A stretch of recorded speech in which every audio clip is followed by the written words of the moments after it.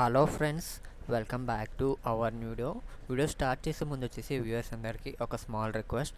Video చూస్తున్నారు కానీ ఎవరు లైక్ చేయడం లేదు. ప్లీజ్ గైస్, వీడియో చూస్తున్న ప్రతి ఒక్కరు కూడా వీడియోని లైక్ చేసి ఛానల్ని ఫస్ట్ టైం కనుక విజిట్ చేస్తున్నట్టయితే సబ్స్క్రైబ్ చేసుకొని బెల్ ఐకాన్ అయితే యాక్టివేట్లో పెట్టుకోండి.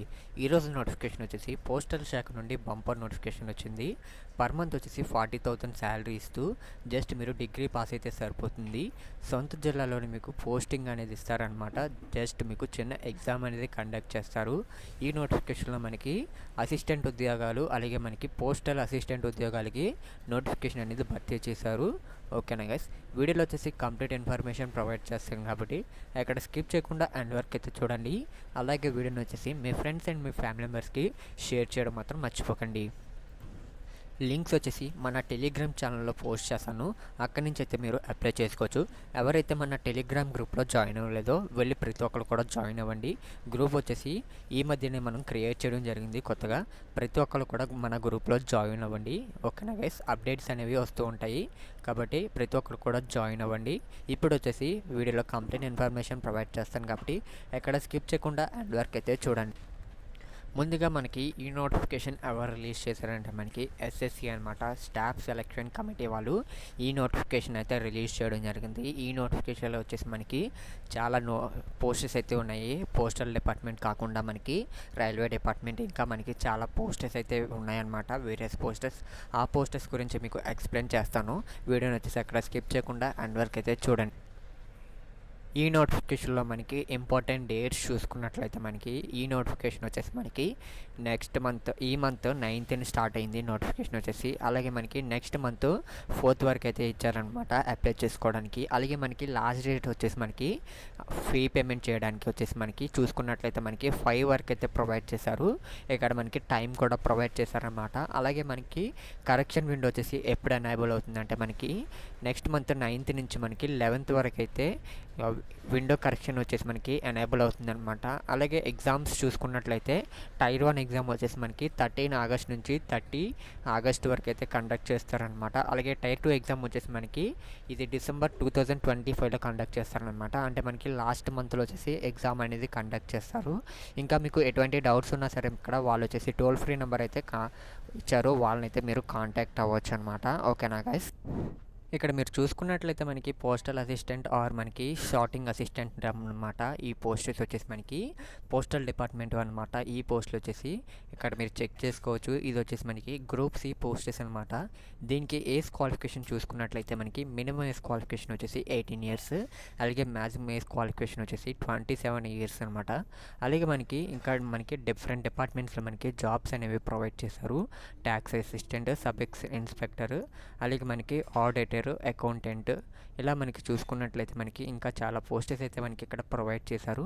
మీరు వీటన్నిటిలో కూడా మీరు అప్లై చేసుకోవచ్చు. మీ ఏజ్కి అలాగే ఎడ్యుకేషన్ క్వాలిఫికేషన్స్ మీకుంటే మీరు ఖచ్చితంగా ఈ జాబ్స్కి అప్లై చేసుకోవచ్చు అనమాట.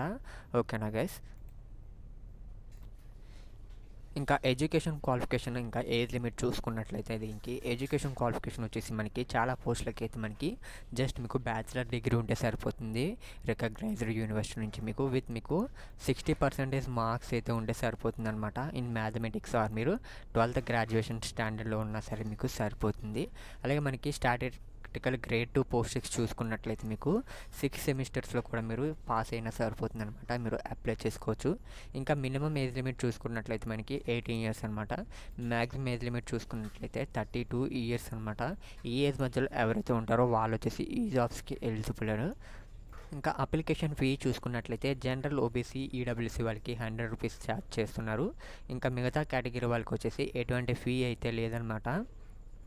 మనకి మోడ్ ఆఫ్ పేమెంట్ చూసుకున్నట్లయితే మీరు ఆన్లైన్ పేమెంట్ అయితే చేయాల్సి ఉంటుంది. ఓకేనా గైస్, ఇంకా సెలక్షన్ ప్రాసెస్ చూసుకున్నట్లయితే మనకి టైర్ 1, టైర్ 2 ఎగ్జామ్స్ అయితే ఉంటాయి. ఈ టైర్ 2, టైర్ 1 ఎగ్జామ్స్ ఎవరైతే కంప్లీట్ చేసుకుంటారో వాళ్ళు వచ్చేసి 3rd స్టెప్కి అలాగే 4th స్టెప్కి వెళ్తారనమాట. వాళ్ళకి మనకి జాబ్ ఇస్తారు. ఓకేనా గైస్, ఇంకా ఎగ్జామ్ ప్యాటర్న్స్ చూసుకున్నట్లయితే మనకి టోటల్ వచ్చేసి 100 questions ఉంటాయి, 200 marks అనమాట. ఈచ్ క్వశ్చన్ వచ్చేసి 2 marks అయితే క్యారీ చేస్తుంది. ఓకేనా గైస్, ప్రతి సబ్జెక్ట్లో మీకు 25 questions ఉంటాయి. ఈచ్ సబ్జెక్ట్ వచ్చేసి మీకు 50 మార్క్స్కి అయితే కండక్ట్ చేస్తారనమాట ఎగ్జామ్ వచ్చేసి. ఇంకా టైం డ్యూరేషన్ చూసుకున్నట్లయితే మనకు వచ్చేసి 60 మినిట్స్ అయితే మనకి టైం డ్యూరేషన్ అనమాట.